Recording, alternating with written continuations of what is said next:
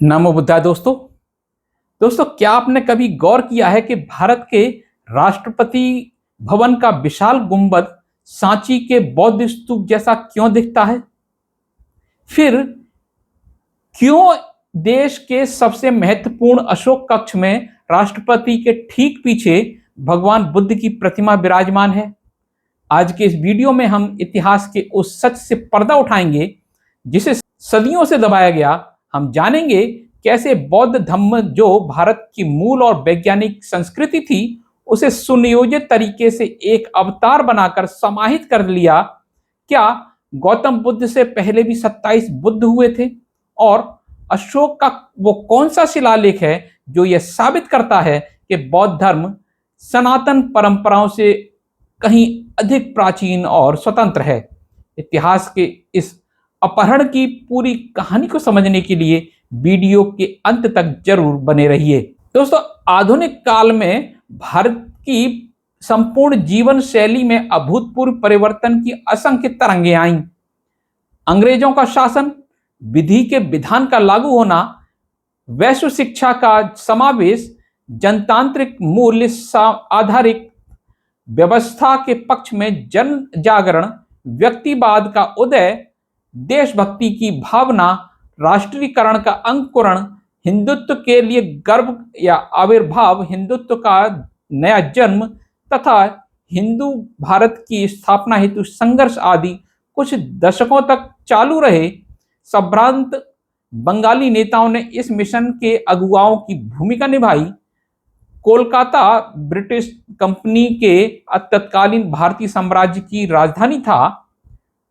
विदेशी शासन को चलाने में शिक्षित बंगाली जागीरदार सलाहकार तथा रक्षक की भूमिका में थे। वे ब्रिटिश शासन में सहभागी थे। काली कोलकाता वाली समेत सभी देवी देवताओं ने भी प्रत्यक्ष या परोक्ष रूप से ब्रिटिश शासकों की उनके कार्यकलापों में सहायता की। इस पर भी वे बहुत समय तक ब्रिटिश शासकों के कृपा पात्र नहीं बने रहे। लॉर्ड कर्जन ने 1905 में बंगाल का विभाजन कर दिया। अब वे पूर्वी बंगाल और पश्चिमी बंगाल थे। वहीं पर सब कुछ रुक नहीं गया। सरकार एक बहुत ही शान शौकत भरी औपचारिकता के साथ देश की राजधानी कोलकाता से उठाकर 1911 में दिल्ली ले आई। भारतीय इतिहास दूसरे ही प्रकार का रहा है। भारत का यह पूर्वी संभाग था जो अनेक शताब्दियों तक संस्कृति तथा धार्मिक विश्वासों, शिक्षा एवं व्यापार, सभ्यता तथा विशाल भवनों का केंद्र रहा है। बिंबिसार के राजगृह, प्रसेनजीत की काशी और अशोक के पाटलिपुत्र ने भारतवर्ष में राजनीति और धर्म की ध्वजा फहराई है। पहली बार पठान और मुगल आदि विदेशियों ने दिल्ली को अपनी राजधानी बनाया। अंग्रेजों ने भी अपनी राजधानी दिल्ली स्थानांतरित की। लुटियन अकेला नहीं था। उसने नई दिल्ली को बनाने में दक्षिण अफ्रीका के आधुनिक नगर के संस्थापक बेकर को सहभागी के रूप में अपने साथ लिया था। विस्तृत भूभाग को गुर्जरों से लिया गया और इस जाति को बाद में अपराधी जाति घोषित और अधिसूचित किया गया। नगर के महंगे व्यापारिक परिसर का निर्माण कनॉट प्लेस में किया गया। संसद भवन सचिवालय के समीप उत्तरी भवन तथा विजय चौक की ओर बनाया गया। वायसराय भवन से एक सीधी और रौनकदार सड़क बनाई गई जिसका नाम अब राजपथ और इसके बाद अब कर्तव्य पथ है। अब इस विशाल भवन को राष्ट्रपति भवन के रूप में जाना जाता है। यह भारत के प्रथम नागरिक महामहिम राष्ट्रपति जी का आवास है। राष्ट्रपति भवन के शीर्ष पर काले ग्रेनाइट पत्थर का विशाल गुंबद रायसेन में स्थित सांची के बौद्ध स्तूप की प्रतिकृति के अलावा कुछ और नहीं है। सांची स्तूप का निर्माण बौद्ध सम्राट अशोक महान ने ईसा पूर्व 3री सदी में प्रसिद्ध दक्षिणी व्यापार मार्ग पर विदिशा के समीप एक पहाड़ी चोटी पर कराया था। राष्ट्रपति भवन को घेरने वाली विशाल छड़ दीवारी भी अनेक स्तूपों के चारों ओर बनी बौद्ध शैली की छड़ दीवारी के नमूने पर ही बनी है। गुंबद के भीतरी भाग को लघु चित्र की कला उकेर कर मनमोहक ढंग से सजाया गया। विशाल कक्ष के शानदार केंद्र में एक विशाल झाड़ फानुस लटका हुआ है। यह अशोक कक्ष है। अति महत्वपूर्ण कार्यकलाप जिसमें राष्ट्रपति महोदय भाग लेते हैं इसी अशोक कक्ष में संपन्न होते हैं। यह कक्ष राष्ट्रपति भवन के बाहर बने लौह सिंह द्वार से भी दृष्टिगोचर होता है। राजपथ यहीं से प्रारंभ होता है। अशोक कक्ष के द्वार पर ही एक बलुआ पत्थर का एक बरामदा है, जहां से शानदार सीढ़ियां आरंभ होकर नीचे लाल बलुआ सहन पर समाप्त होती हैं। आजकल विशिष्ट विदेशी अतिथियों के सलामी गारद के कार्यकाल इसी विशाल सहन में संपन्न होते हैं। सहन के आगे मुख्य द्वार से लगभग 500 गज पीछे तारा शीर्ष का विजय स्तंभ खड़ा है, जो जयपुर स्तंभ के नाम से विख्यात है। अशोक कक्ष के दूसरे सिरे पर राष्ट्रपति का महान आसन है। सिंहासन कई सीढ़ियों की चढ़ाई की ऊंचाई पर बनी वेदी पर रखा है। सिंहासन के पीछे राष्ट्राध्यक्ष को आशीर्वाद देती मुद्रा में बुद्ध प्रतिमा स्थापित है। परमानंद की स्थिति में बुद्ध प्रतिमा को संबंध ईसा की 4वीं शताब्दी के मूर्ति शिल्प से है। आधुनिक भारत ने इसे भारतीय राष्ट्र की आत्मा के रूप में लिया है। आधुनिक दिल्ली को वास्तुशिल्प में इंजीनियरिंग अभिकल्पना के महान विचारक का अद्भुत सामंजस्य है। राष्ट्रपति को बुद्ध का आशीर्वाद प्राप्त है। राष्ट्रपति के ठीक सामने अशोक कक्ष का केंद्रीय द्वार है। राष्ट्रपति महोदय की दृष्टि सिंह द्वार के पीछे तथा दालान से आगे बने जयपुर स्तंभ तक ही जा पाती है। दृष्टि उससे आगे नहीं जाती। यदि वहां कोई स्तंभ न होता और यदि जयपुर स्तंभ को वहां से हटा दिया जाता तो राष्ट्रपति महोदय की दृष्टि राजपथ की सीधी श्वेत रेखा से होती हुई इंडिया गेट के शीर्ष मध्य तक जा सकती थी।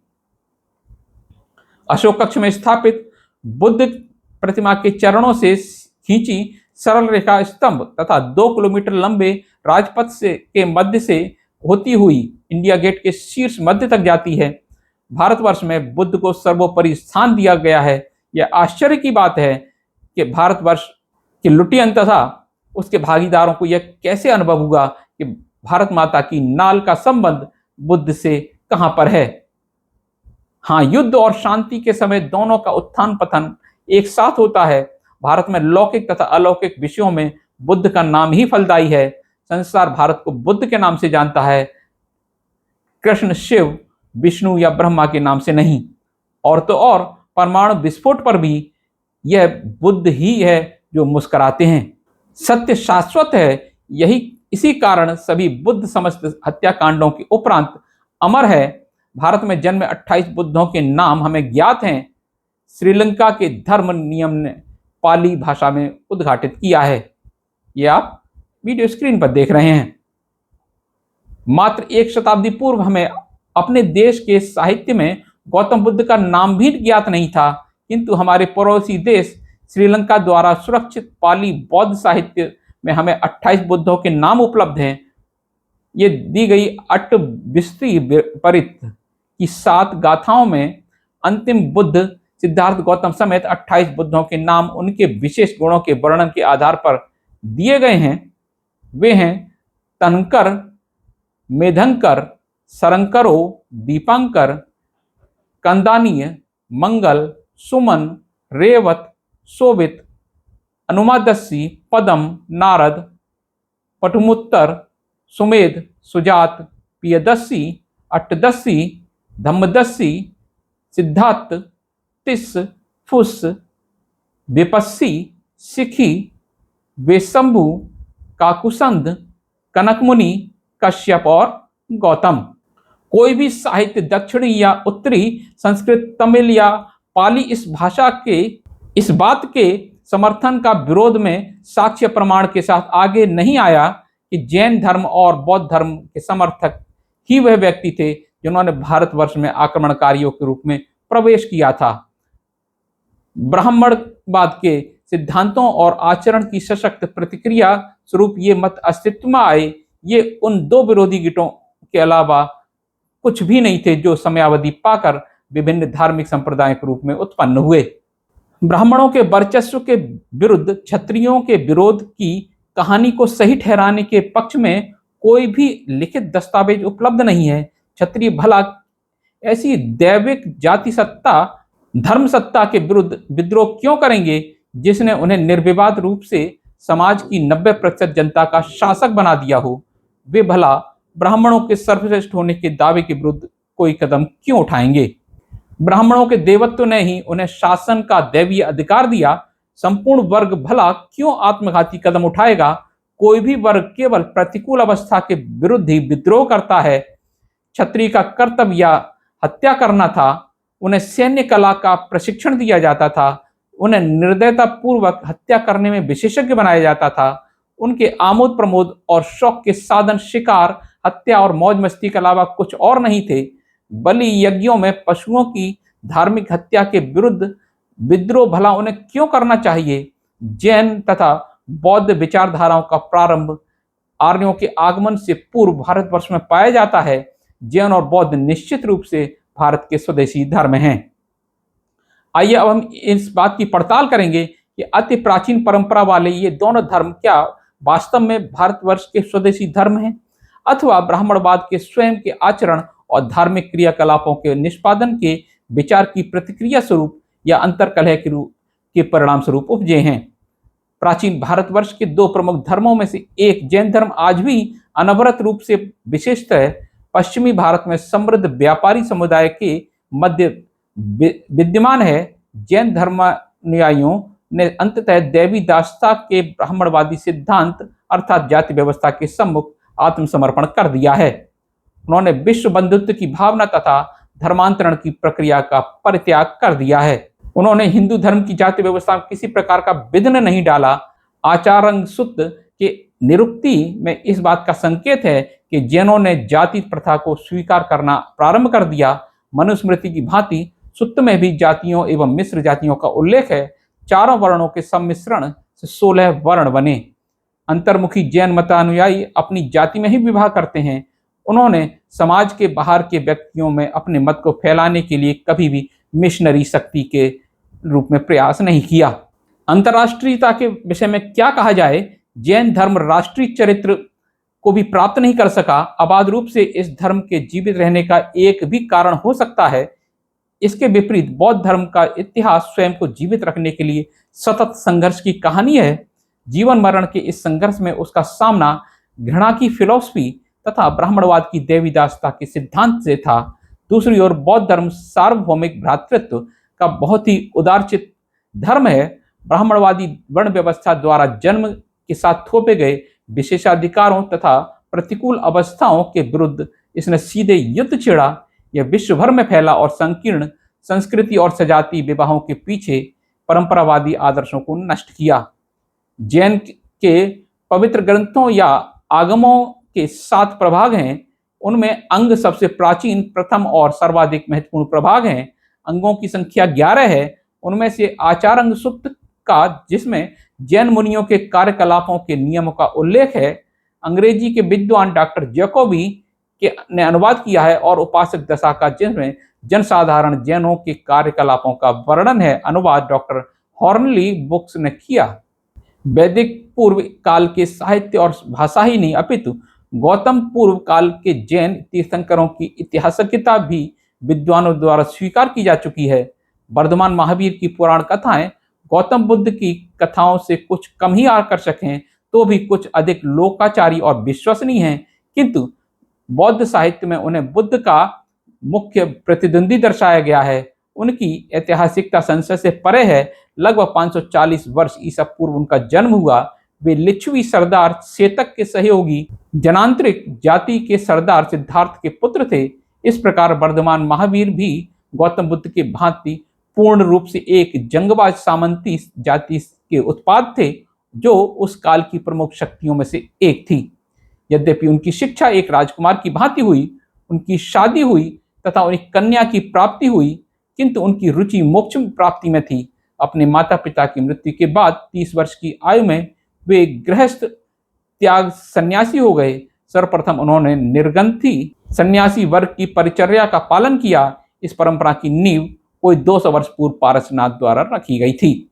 जैन तीर्थंकरों में अंतिम वर्धमान 12 वर्षों की अवधि से अधिक समय तक भिक्षाटन करने, ध्यान लगाते, वाद विवाद करते और सभी प्रकार की कड़ी तपस्याएं करते एक स्थान से दूसरे स्थान पर भ्रमण करते रहे। सर्वप्रथम उन्होंने एक ही वस्त्र धारण किया, जिसे कभी भी नहीं बदला, किंतु 13 माह पश्चात उन्होंने उसे भी उतार फेंका और शेष जीवन नितांत नग्न रहकर व्यतीत किया। कोई लगभग 6 वर्षों तक एक अन्य सन्यासी मस्करी पुत्र घोषाल उनके सहभागी रहे, परंतु अंततः दोनों में विवाद हुआ और घोषाल ने आजीवक नामक संप्रदाय की स्थापना करने के लिए वर्धमान का साथ छोड़ दिया। संन्यास के 13वें वर्ष में वर्धमान को पूर्ण प्रकाश एवं निर्वाण की प्राप्ति हुई। वे अरहंत विजेता और यानी जिन प्रकाश अन्वेषण के पद को प्राप्त हुए। जिन रजवाड़ों का संरक्षण बुद्ध को प्राप्त था, उन्हीं का संरक्षण महावीर को भी प्राप्त था। अपने मुख्य विरोधी घोषाल की मृत्यु के पश्चात वे जीवित रहे और संभवतः बुद्ध के निर्वाण के पश्चात भी वे मगध की राजधानी राजगृह के समीप पावा नगर में 72 वर्ष की आयु में उनकी मृत्यु निराहार व्रत करने के कारण हुई। उनकी मृत्यु के विषय में जो संभवतः ईसा पूर्व लगभग 468 में हुई, परस्पर विरोधी परंपरागत मान्यताएं हैं।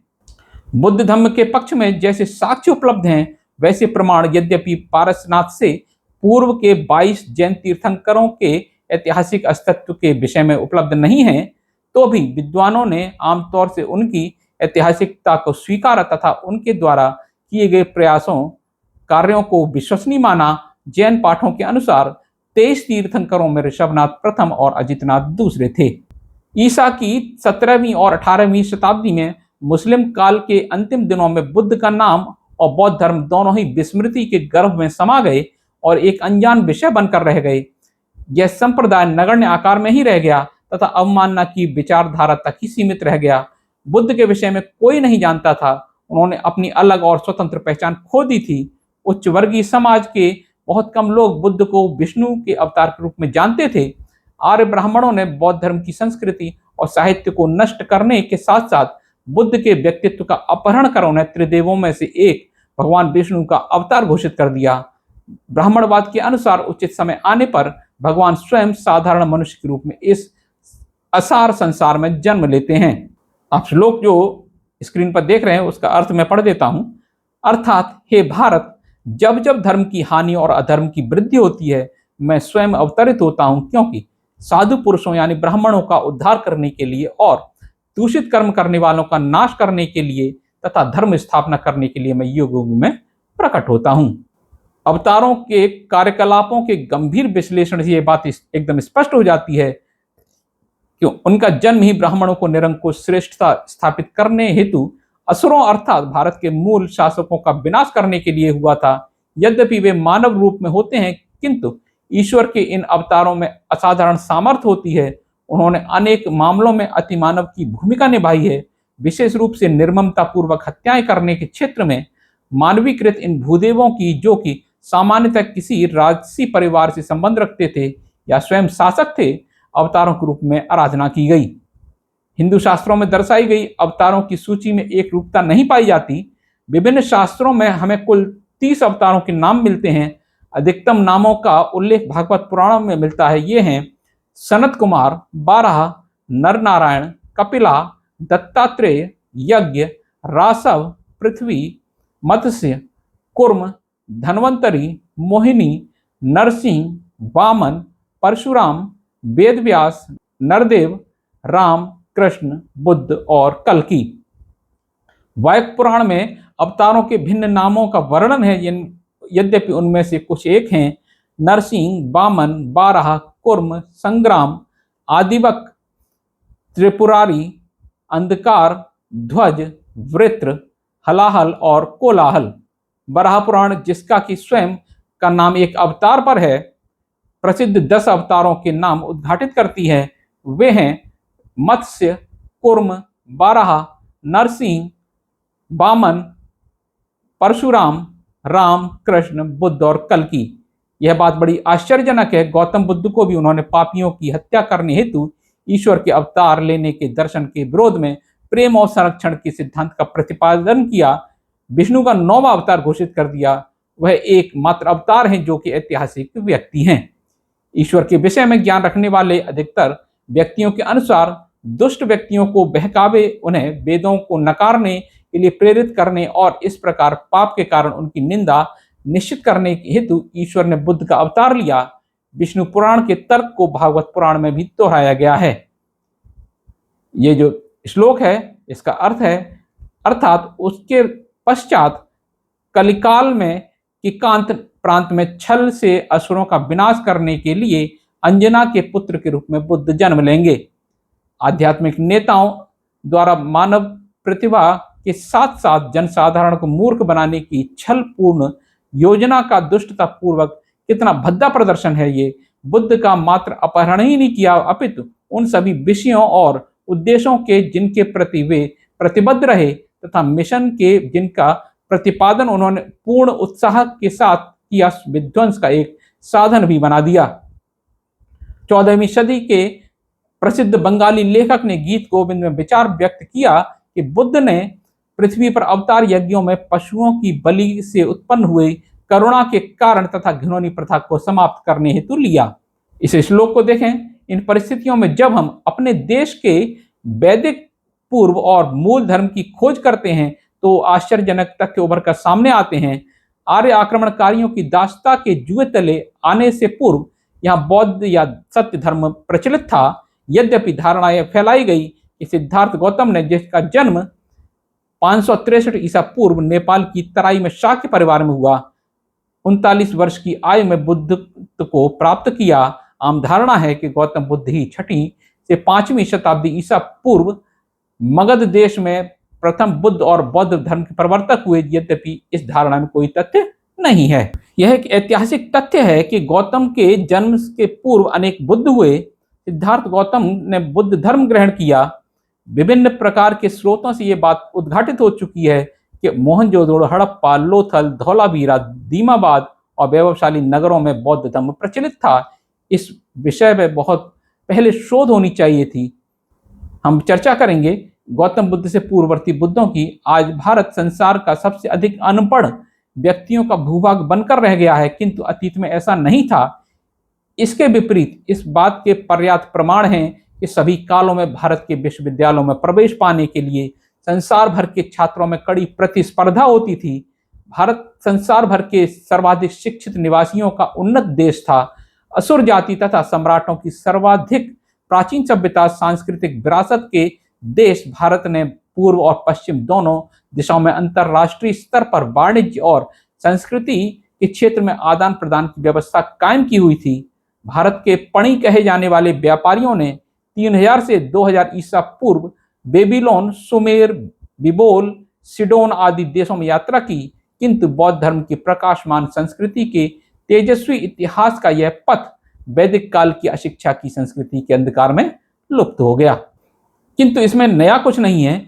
इस देश के मूल निवासियों के ऐतिहासिक तथ्यों को दबाने का वही पुराना ढंग है। षड्यंत्र यहाँ तक किया गया कि इस देश की शिक्षित जनता के समस्त बौद्ध साहित्य को भूल गई। अंग्रेज विद्वानों ने प्राचीन भाषा को खोज किया। भारत की मूल भाषा पाली रही। प्राकृत या पाली भाषा, जिसका प्रयोग गौतम बुद्ध ने अपने उपदेशों में किया, के विषय में विदेशी आर्य यानी शिक्षित ब्राह्मण, मूल भारतीय यानी अशिक्षित शूद्र या मुस्लिम विद्वान कोई भी ब्रिटिश काल से पूर्व कुछ भी ज्ञान नहीं रखते थे। इस देश के सामान्य जनों की बोलचाल की भाषा प्राकृत और पाली थी। इस भूभाग की आदरणीय और संभ्रांत भाषाएं थीं। इसी कारण बुद्ध ने अपने धम्म उपदेशों में इन्हीं भाषाओं का प्रयोग किया है। ऐसा आभास होता है कि आर्यों ने एक निश्चित कालखंड में द्विस्तरीय भाषा का आरंभ किया, एक संभ्रांत व्यक्तियों की संस्कृत भाषा और दूसरी सामान्य जनों द्वारा बोली जाने वाली भाषा।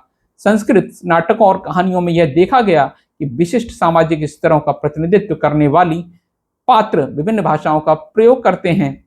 संस्कृत नाटकों में नायक और उसके सहायक अपने संवादों में संस्कृत भाषा का प्रयोग करते थे, जबकि भृत्य यानी नौकर ग्रामीण विभिन्न जातियों का प्रतिनिधित्व करने वाले पात्र प्राकृत या पाली भाषा बोलते थे।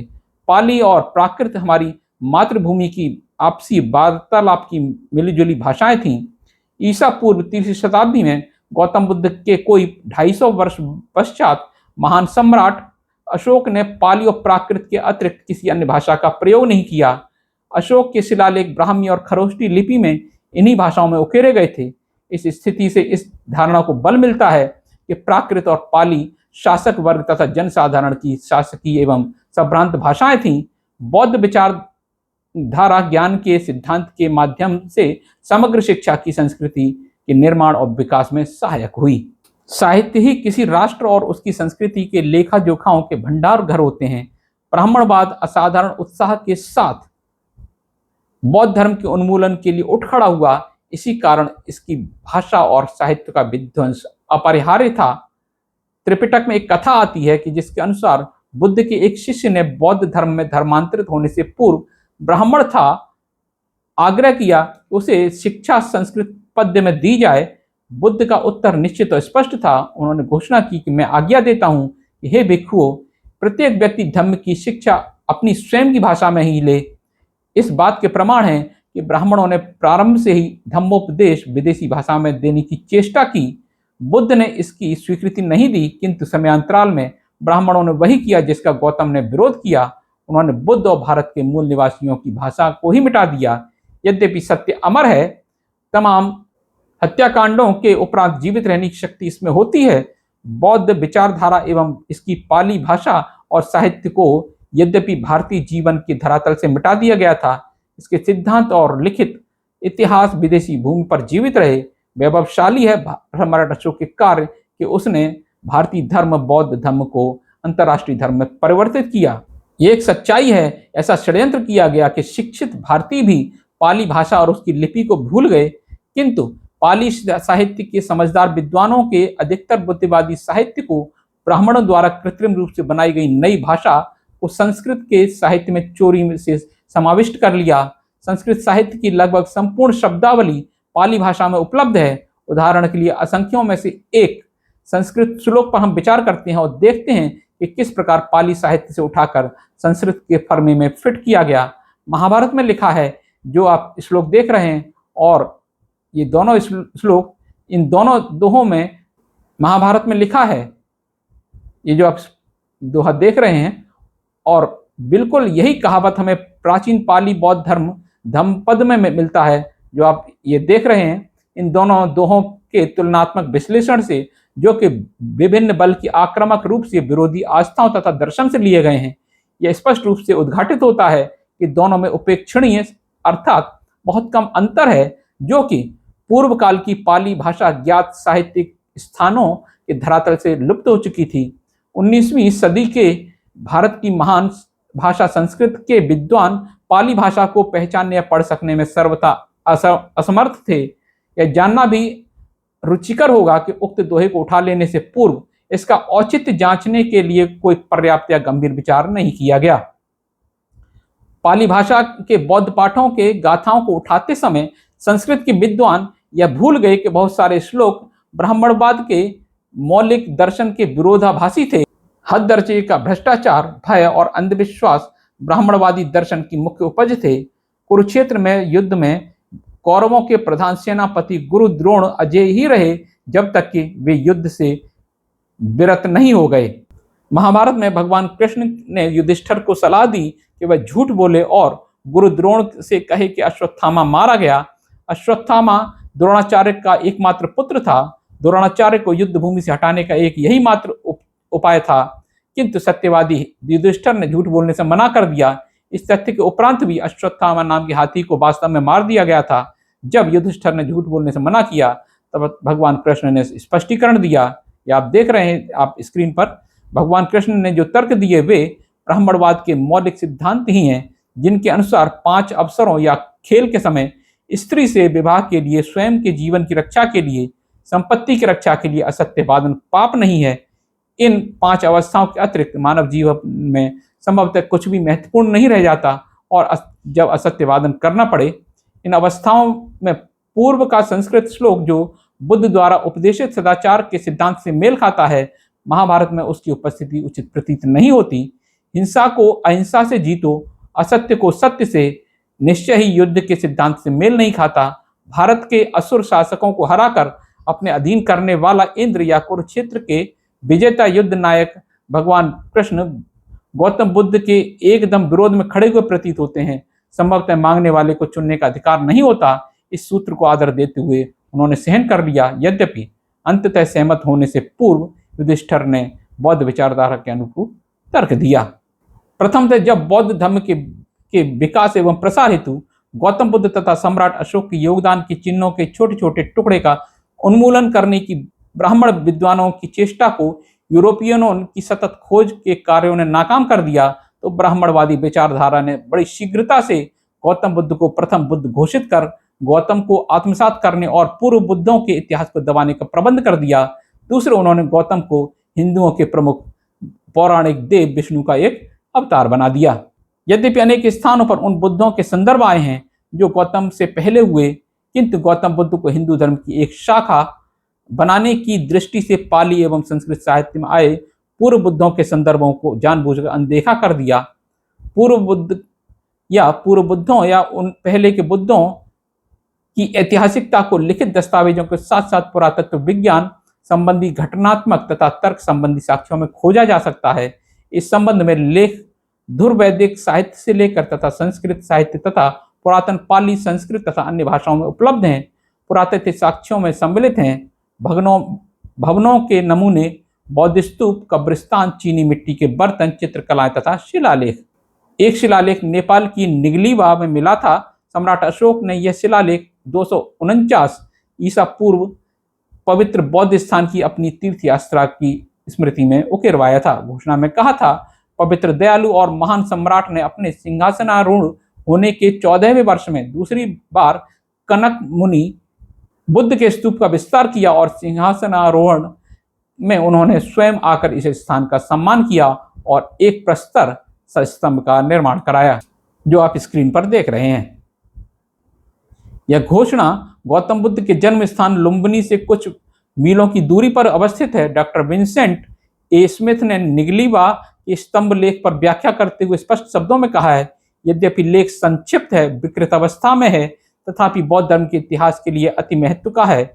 यह पूर्व काल के पूर्व बुद्धों के धार्मिक संप्रदाय की विद्यमानता का सिद्ध करता है और उनके गौतम बुद्ध के प्रति सम्राट अशोक के दृढ़ भक्तिभाव के तथ्य को भी संभव है कि पूर्व बुद्धों के धार्मिक संप्रदाय तथा परिणाम स्वरूप स्वयं बौद्ध धर्म का आविर्भाव गौतम बुद्ध के समय से शताब्दियों पूर्व तथा नेपाल की तराई कहे जाने वाले हिमालय के निचले भाग में हुआ था।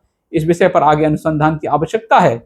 गहन अनुसंधान से पता चलता है कि गौतम तथागत के जन्म से पूर्व बुद्धों एवं बौद्ध धर्म के अस्तित्व का स्मिथ का विचार सत्य के आधे या एक अंश को ही स्पर्श करता है।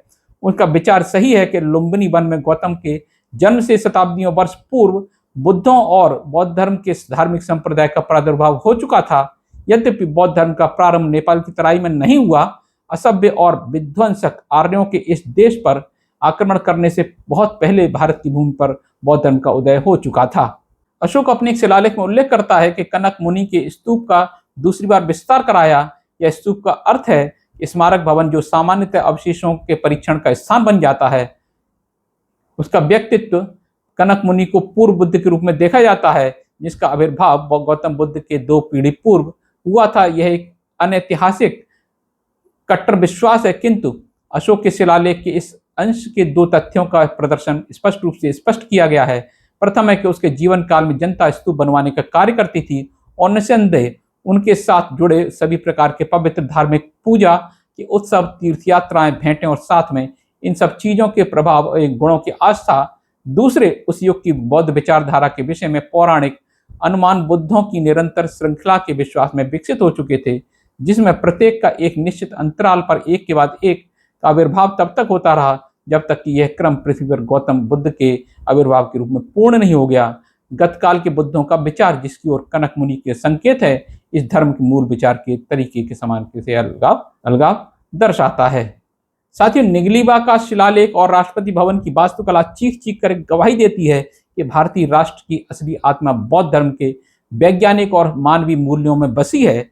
इतिहास गवाह है कि सिद्धांतों को किताबों में बदला जा सकता है, लेकिन पत्थरों पर खुदे सच को मिटाना नामुमकिन है।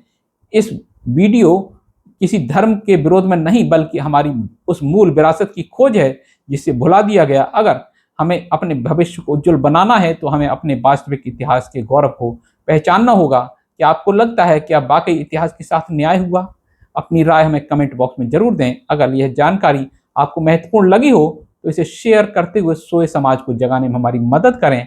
वीडियो को लाइक करें और ऐसी ही ऐतिहासिक सच्चाइयों के लिए अवर प्राइड हमारा गौरव को सब्सक्राइब करना ना भूलें। मिलते हैं अगले वीडियो में, तब तक के लिए जय भीम, नमो बुद्धाय।